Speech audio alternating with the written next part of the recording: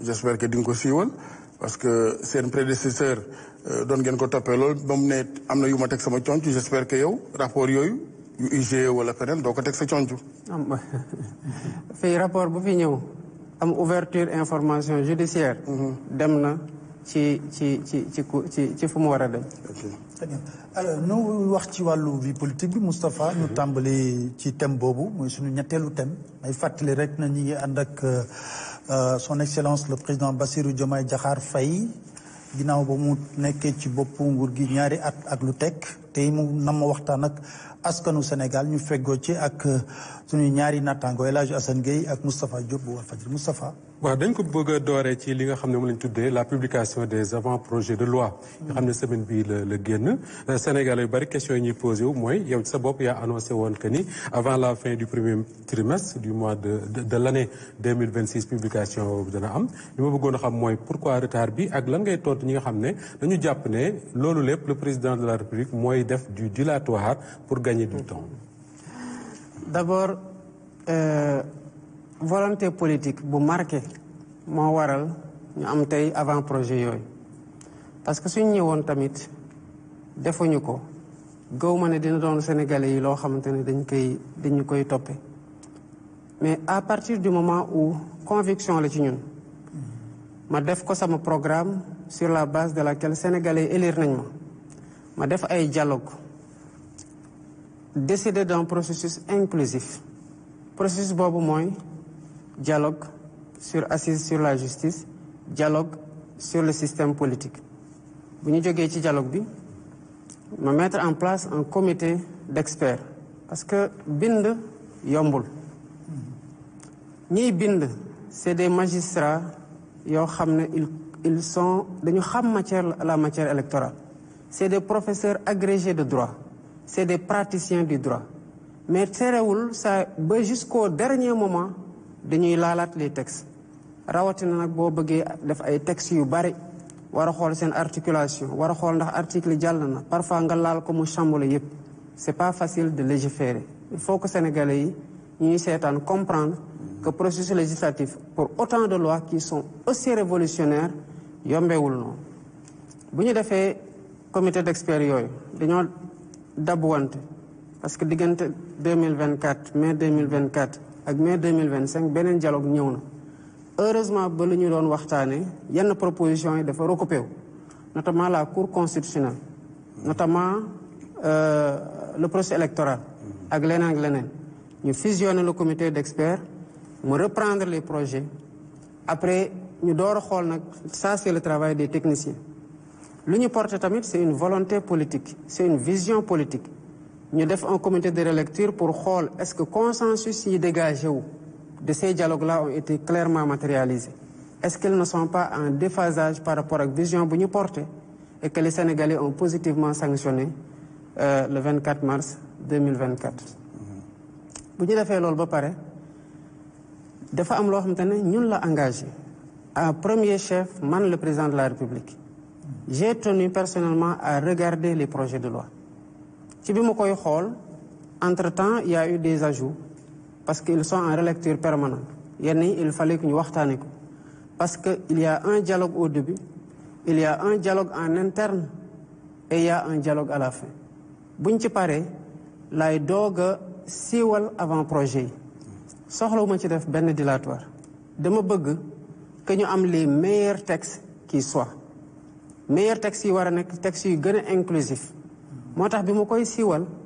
dama ne texte yaa ngoog yéena ko moom def leen ko appropriation parce que la constitution Moustapha man ëpp ma la ci doole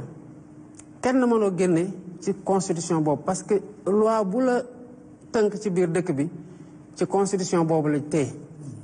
kon ni ma ci amee wàll mën ko gis en interne noonu laa ko war a partager ak Sénégalais ñoom tamit ñu xool ko ku ci na andi xalaatam te ñu continuer dans l'esprit consensus et constructif bu ñu am depuis le début maintenant que les projets de loi sont là li am solo mooy Sénégalais yi gis nañu le contenu moo am solo Moustapha ñaata at a ngi nii ngeen doon dégg ñuy wax bulletin unique biñ koy wax ba tey est-ce que gis ngeen ñi am majorité jëmal bulletin unique ñaata at a ngi nii ñuy wax affaire fichier bi opposition bi di marche pour accéder ci fichier bi ñun ñi dañ ko ñaxtu diggante 2017 ba 2024 ba sonn léegi révision permanente ñaata at a ngi nii ay nit doon bind ba pare duñ jot seen carte d'électeur ñii dem fii ñu ne leen seen carte fee la génn loolu yëpp luy jeex la kon y a eu des pas importants la commission nationale électorale nationale autonome ñu ngi koy remplacer avec une commission indépendante bu nar a jël les prérogatives de la direction générale des élections ñu génne ko carrément parce que li may bañ mooy les suspicions chaque élection bu doon jot di ngay dégg opposition récuser le ministre de l'intérieur parce que daf koy soupçonné mu amee ministère yoo xam te ne jotoon nañ fi def ay déclarations yoo xam ne dafay gën a réchauffer le champ politique kon ces projets ay projets yu révolutionnaire lañ par rapport ak les acquis démocratiques et sur la transparence sur le processus électoral bu leen fàtte ne que jafe-jafe yu ñu am Sénégal yépp ci at yi weesu te bu ñu doon xayma lu mu ñu côté ci ay bakkan léegi ñu mot téeméer ci diggante 2011 2012 ak 2021 2024 yépp question électorale la man loolu laa bëgg mu jeex te bu ci bu ci yàlla àndee dinañ ko jeexal parce que conviction la que dañoo war a rendre service à ce pays bañ a calculer pouvoir trop parce que pouvoir yàllaa koy joxe te loolu lañ dañ ci am conviction boo xam ne daf ñuy jox la sérénité permanente si ñu téye lu ñu yàlla dénk moo tax li am solo mooy projet yaa ngi fi ndax am na dilatoire ndax yàgg na effectivement boo xoolee la loi les 4 lois portant transparence dans les 4 lois sur la transparence annoncé naa ko bi app gi jotee ma xam ne war nañ ko liggéey nañ ko fu mu toll nii les lois sont votées elles sont ok yii tamit dinañ ko voter suivant le même esprit constructif bi nga xamante ne am nañu ko c'est-à-dire di yaatal concertation yi quoi c'est nécessaire parce que lu mu gën a yaatu mu gën pour la consolidation dont vous parlez man dama gëm dialogue ndax dañ fi fekk dialogue ba ñu ñëwee dugguñ ci politique la ñu commencé woon dégg code consensuel 92 c'était des pas importants bii nii ci code bii foog naa ne buñ ci jógee dinañ di wax lu code consensuel de 2026 parce que lépp lu nekkoon question de déchéance électorale maanaam naka la ñuy gàllankooree nit bu bokk ci élection lu ñu dindi la yokkal leen ci seeni yokkal leen ci bulletin unique ci misaal bulletin unique bi lu muy andi mooy achat de conscience yu doon andi problème yi ci biir bureau de vote ñu ne diwa ngi ne toog ak valisam di woon ñu pour ñu jox ko bulletin dootul amati parce que ku génnee bulletin boo xamante ne xar kanamu candidat yëpp a ci nekk mais 2024 daf ñu jox leçon parce que dañu def élection mars mandat député yi jeex novembre ñu war a defaat élection bu ñu xayma ci taayu bulletin bi kese ñu xam ne bu ñu defoon bulletin bu gën a ndaw par rapport ak finance publique fu ñu toll dinañu doon def une économie entre 7 et 12 milliards ñu waxtaan ak opposition ne ko dañoo bëgg ñu wàññi taayu bulletin bi def kese tête de liste chaque coalition nanguwuñu ça nous a coûté entre 7 et 12 milliards ci loo xamante ne ci économie mënoon nañ ko def kon nous perdons beaucoup sur le coût des opérations électorales te foog naa ne loolu am na fu mu xëj. yaa ngi wax ne déchéance électorale nga bëgg mu jeex fi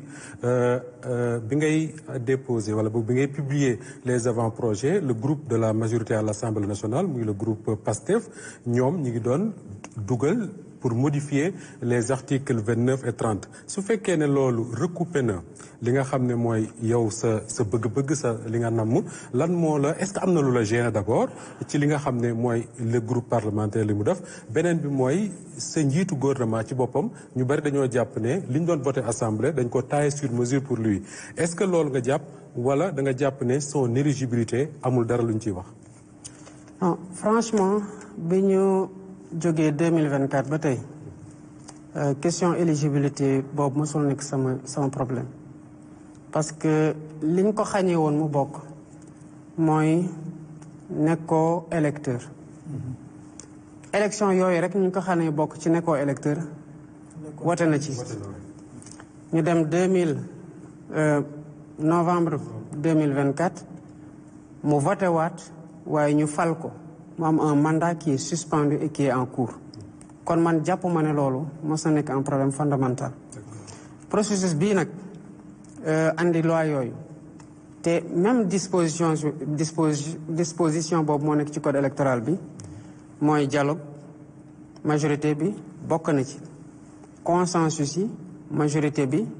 bokk na ci parce que bu majorité bi noonu nekkul consensus kon consensus la am kon déchéance bi consensus la bu ñu bokk seeni consensus la bulletin unique consensus la révision permanente liste électorale consensus la dépôt caution avant ngay retirer fiche parrainage pour mettre de l'ordre consensus la nouvelle loi sur les partis politiques consensus la ak yeneen wax naa la ne après dama teg des comités d'experts bi rapport yi génne comité d'experts yooyu liggéey jéebale ma ne leen nañu ñëw xool orientation politique pour bañ ci réero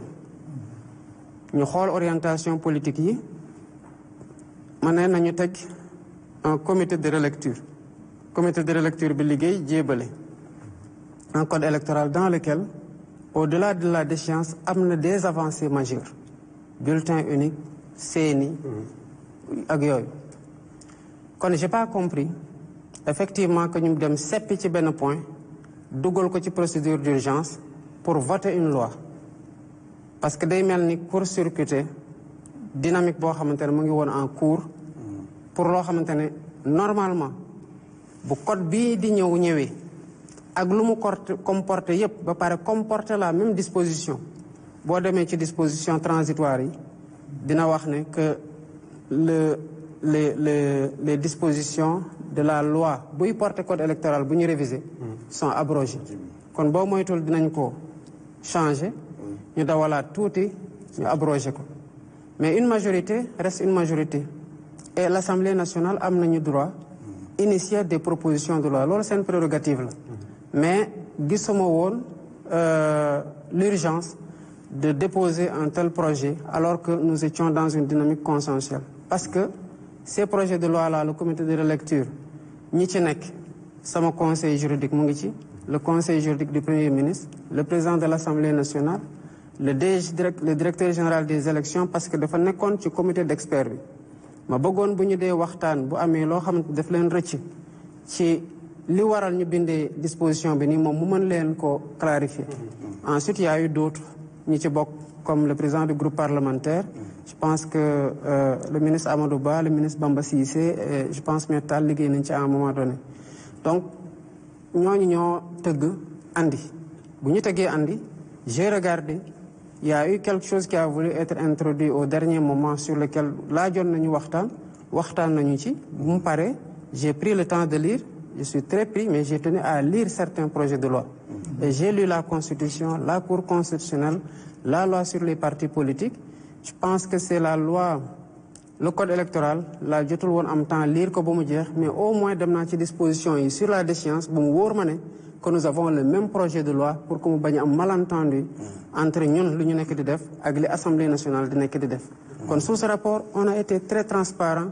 très ouvert très inclusif pour réeroo bañ ci am. Monsieur le Président ci loolu gis nañ ne taxawaayu opposition bi ñenn ci opposition bi ne nañ ne loolu mën na nekk un frein pour le dialogue parce que am na ñu demul wuyu ji par exemple FDR ak nouvelle responsabilité demuñu wuyu ji woote bi nga xam ne ministre de l'Intérieur wax na ko te et puis yow nga bëgg consensus est-ce que pratique yooyu mënul yàq recherche su consensus bi nga xam ne dialogue politique